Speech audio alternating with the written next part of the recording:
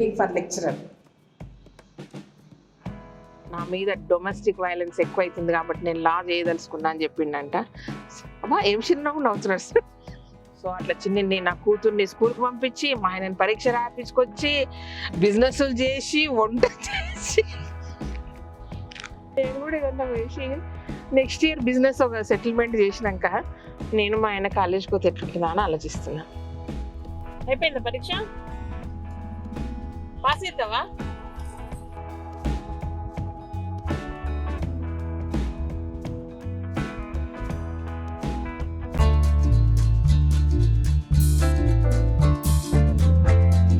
Hi అండి, welcome to కలబురగంప. మా ఆయన చూడండి బాగా చదువుకుంటున్నాడు, పరీక్షకు తీసుకుపోతున్నా. సో హాల్ టికెట్ నా చేతిలో ఉంది. సో లా ఎగ్జామ్స్ అబ్బా, మీకు మర్చిపోయిన ముచ్చట. అసలు కళ్యాణ్ చదువుతున్నానని గుర్తుందా మీకు? కళ్యాణ్ను శ్రీదేవి చదివిపిస్తుందని గుర్తుందా మీకు? అది ముచ్చట చెప్పండి ఫస్ట్ ఆఫ్ ఆల్. సో అప్పుడెప్పుడో ర్యాంక్ వచ్చిందని చెప్పిన తర్వాత ఇక వదిలిపెట్టేసినాం. సో ఇంటికి దగ్గర ఉన్న ఒక కాలేజీలో జాయిన్ అయ్యిండు. ఆ కాలేజీలో టాప్ ర్యాంకర్ మా ఆయన్నే. సో కాబట్టి ఫస్ట్ అడ్మిషన్ మాదే.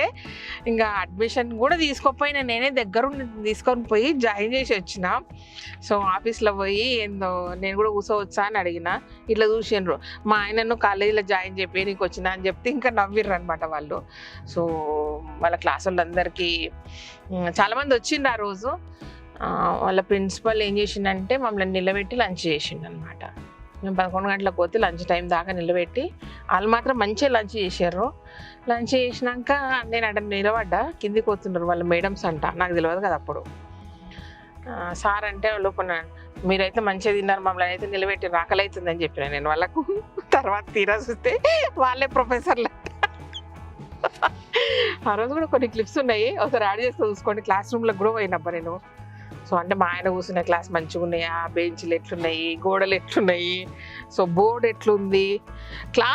క్లాస్ మాత్రం అటెండ్ కాలేదు, ఒకసారి అటెండ్ అయిదామని డిసైడ్ చేసుకుని ఒక మేడం చాలా బాగా చెప్తారంట. సో పోయి అటెండ్ అవుతా. ఆ రోజు మళ్ళీ చేద్దాం కానీ ఒకసారి లుక్ వేసుకోండి ఫస్ట్ డే పోయినప్పుడు ఎట్లుందో.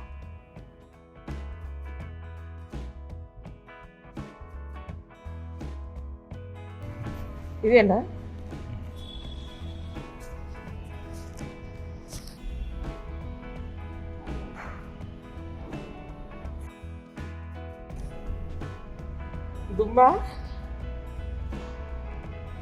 దుమ్ముందంతా.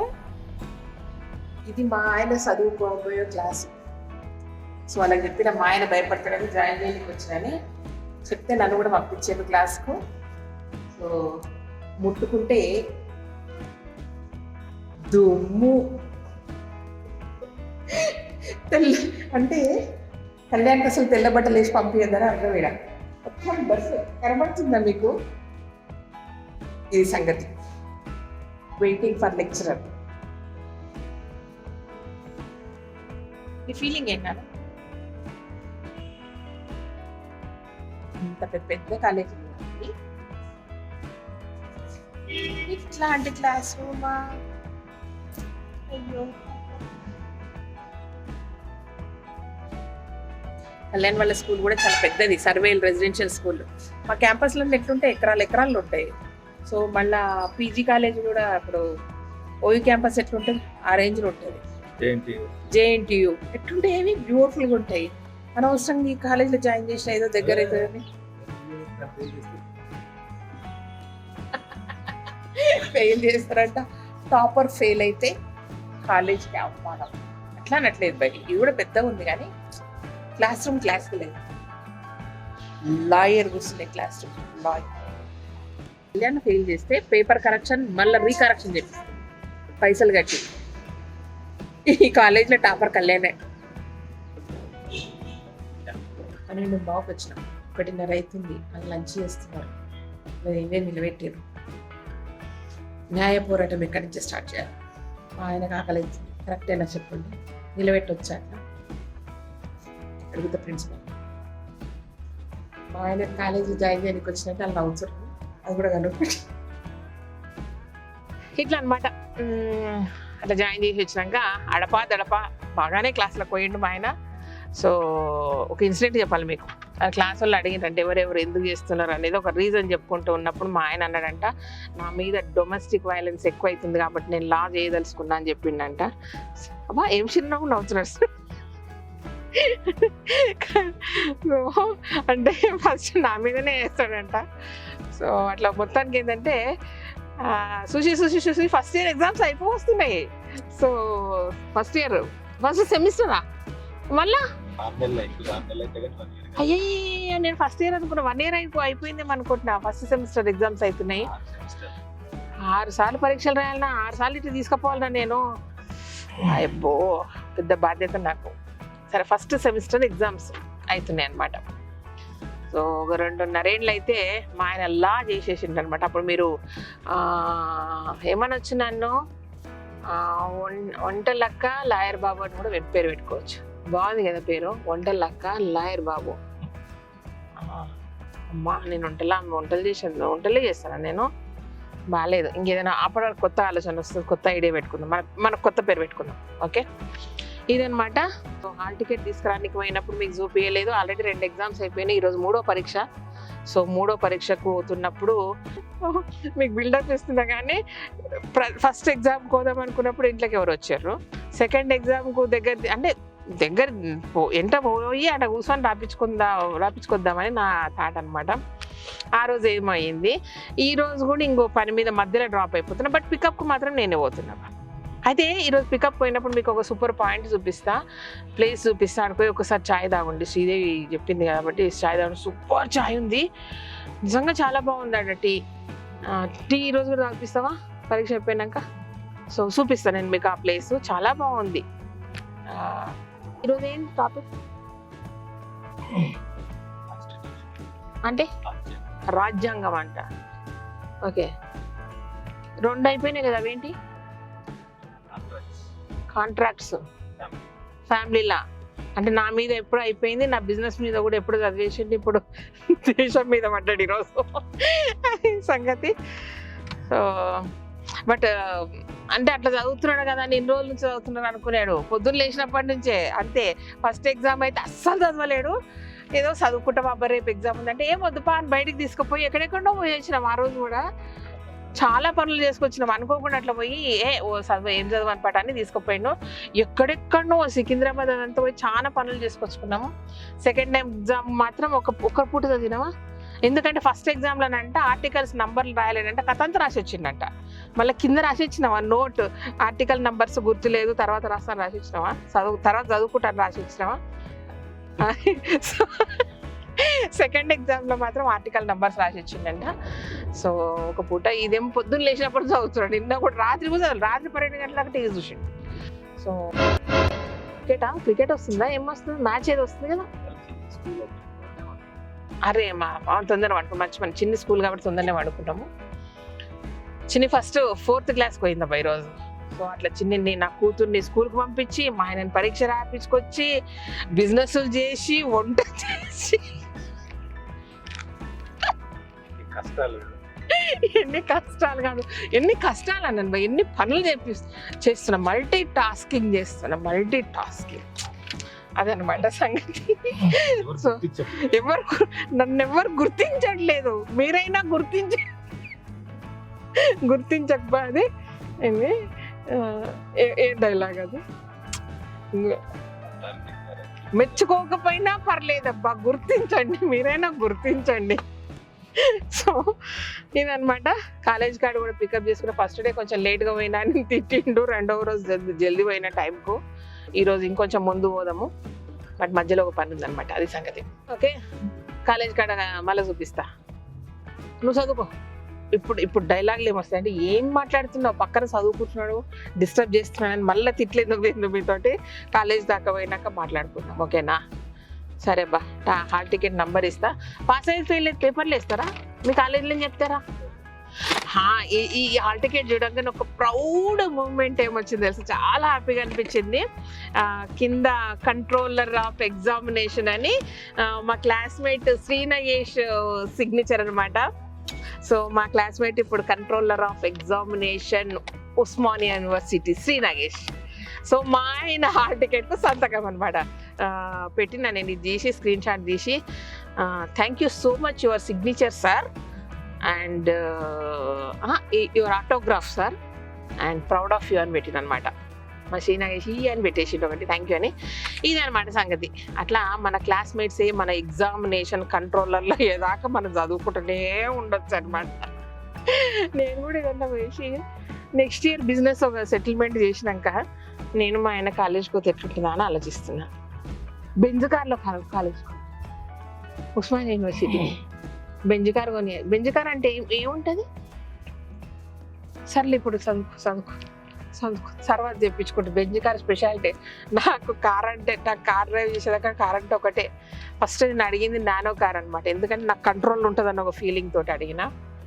తర్వాత చెప్పారు అది ఆటోకు ఎక్కువ, ఆటోకు 7 సీటర్కి ఎక్కువ 3 సీటర్కి తక్కువ అన్నట్టు ఏదో చెప్పింది స్టోరీ. సో ఆటోకి ఎక్కువ కార్కు తక్కువ అని చెప్పారు అనమాట. అట్లా నానో మిస్ అయిపోయింది నా చేతిలోకి వెళ్ళి. సో ఫైనల్గా ఇప్పుడు కార్ డ్రైవింగ్ చేయడం వచ్చాక కొంచెం కంఫర్ట్ లెవెల్స్ని బట్టి ఆ కార్ ఇది ఈ కార్ ఇది అని బాగా కూర్చున్నాడు అలవాటు అయినాక ఈ సీటింగ్ బాగాలేదు ఆ సీటింగ్ బాగాలేదు ఇట్లా నేర్చుకుంటున్నా. సరే నేను ఏదో కార్ అడిగినా కదా, కార్ పేరు కూడా గుర్తులేదు మళ్ళీ, కానీ దాని స్పెషాలిటీ ఏందో చెప్పుకుంటాం. ఏదో ఒక రోజు కార్ కొనుక్కొని మేము ఇద్దరం కాలేజ్కి పోదామని డిసైడ్ అయిపోయాను. ఓకే కాలేజ్కి పోదాం, నువ్వు చదువుకో, నేను మాట్లాడాను, మీరు కూడా. అయిపోయిందా పరీక్ష? పాస్ అవుతావా? ప్రయత్నం చేసావా? పేపరు నువ్వు అనుకున్నది వచ్చిందా వేరేది వచ్చిందా? 2 పేపర్ల మీద గొట్టుకుంది. ఇది ముందు 2 పేపర్ల మీద అచ్చా గొట్టుకొచ్చిందా? గొట్టుగా అంటే ఎంతమందికి తెలుస్తుందమ్మా? నిజంగా ఎంతమందికి తెలుసు చెప్పండి మీకు గొట్టుగా అంటే? కష్టంగా.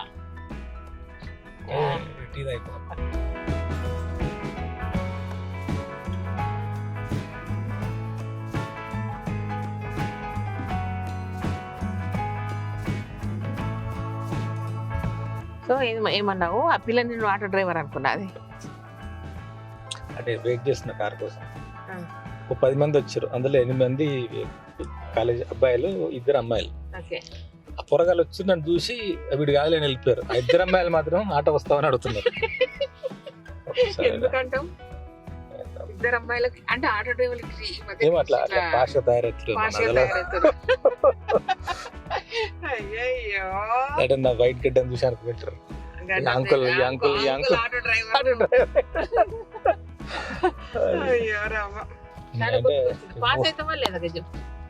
రోజు ఇక మనకి మనం రాసింది రాసినాం అంతే. 25 ఏళ్ళ తర్వాత వేళ తక్కువ రాసిన. రోజు 18 పేజీలు రాస్తుంటే ఇలా 17 పేజీలు రాసిన. 16 పేజ్ తక్కువనా? ఏం కాదు, వేయండి అబ్బా మార్కులు, ఎవరన్నా పాస్ చేయండి. మరి మా ఆయన ఫెయిల్ అయ్యండి అని చెప్తే బాగోదు కదా. షార్ట్ ఆన్సర్ అన్ని పర్ఫెక్ట్ రాసిన. లాంగ్ ఆన్సర్స్ ఇక కేస్ స్టడీస్ చెప్పాలా, కేస్ లాస్ చెప్పాలా, ఇయర్స్ చెప్పాలా, ఆర్టికల్స్ చెప్పాలా. అది ఒకటి బాగా రాసిన, పెద్దది చాలా బాగా రాసిన. పెద్దదే పాస్ అవుతాం. మనమే అనుకుందాం, మనమే రాస్తాం, మనమే అనుకుందాం. సో ఈ లెక్కన ఏంటంటే సమాజంలో మా ఇంట్లో ఒక లాయరు, ఒక ఇండైరెక్ట్ స్పీచ్ లో నేను కూడా ఒక ఏమనాలా జర్నలిస్ట్. నేను కూడా social media is so powerful nowadays, right? So నేను సోషల్ మీడియా ఇన్ఫ్లుయెన్సర్ అయినప్పుడు ఆటోమేటిక్ గా నేను ఒక జర్నలిస్ట్ లెక్క. అట్లా ఒక జర్నలిస్ట్, ఒక లాయర్ ఉన్నాడు మా ఇంట్లో. నేను కూడా ప్రెస్ కార్డు నేనే ఇస్తా. అంటే కలగూరగంప ప్రెస్ కార్డ్ నేను ఇస్తా. కలగూరగంప ప్రెస్ కార్డ్ ఇద్దాం. ఊర్లకు కలగూరగంప రిపోర్టర్లు పెడతా, జీతాలు ఇస్తా. Wow, super idea. So overall ఇది ఏంటంటే మా ఆయన పరీక్ష రాసుకొని తీసుకొని పోతున్నా. ఓకేనా?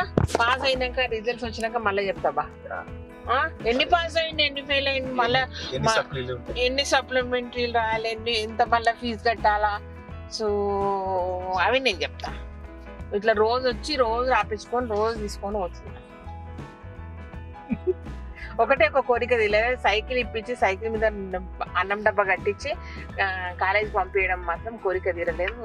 మొత్తం మీద కాలేజ్ అయిపోయేలోపు అదొక ఎపిసోడ్ తీసి మాత్రం మీకు చూపించడానికైనా ఒక సైకిల్ ఇచ్చి పంపిస్తా.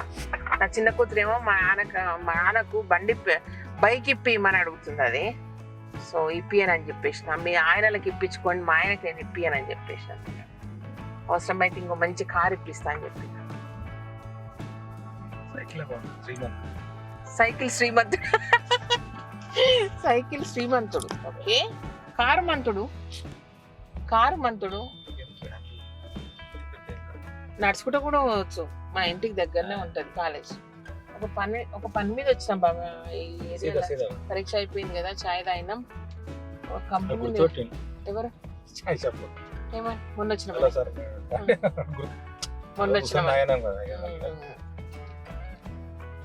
చాయ్ బాగుందని చెప్పేసినాం అబ్బా ఆ రోజు మనము. నేను అంతే రోడ్ల మీద చిన్న చిన్న స్టోర్లకు కానీ ఎయిర్పోర్ట్కి కానీ ఎక్కడికైనా పోతా కదా, ఎవరిదైనా పేరు నచ్చినా ఏమైనా నచ్చితే పోయి చెప్పేస్తా, మీ పేరు బాగుందని చెప్పేస్తా. అలాగా ఒక రెస్టారెంట్ లో ఫుడ్ బాగుందంటే షెఫ్ని పిలిపించింది, లోపలికి వెళ్ళి పిలిపించి బాగుందని చెప్పి. రెస్టారెంట్ లో ఫుడ్ బాగుందంటే షెఫ్ని పిలిపించి చెప్తా. ఎవరు చేసింది ఇది అంటే షెఫ్ ఏదో పేరు చెప్తారు కదా, ఒకసారి రమ్మనండి అంటే బయటకు వస్తారు, వాళ్ళకి చెప్తే సూపర్ ఫుడ్ ఉందని చెప్పేసి వస్తారు. వాళ్ళు ఎంత హ్యాపీగా ఫీల్ అవుతారో. ఏమవుతుంది అట్లా చెప్తే? నేనైతే చెప్తాబ్బా, మీరు కూడా ఇప్పటి నుంచి చెప్పండి.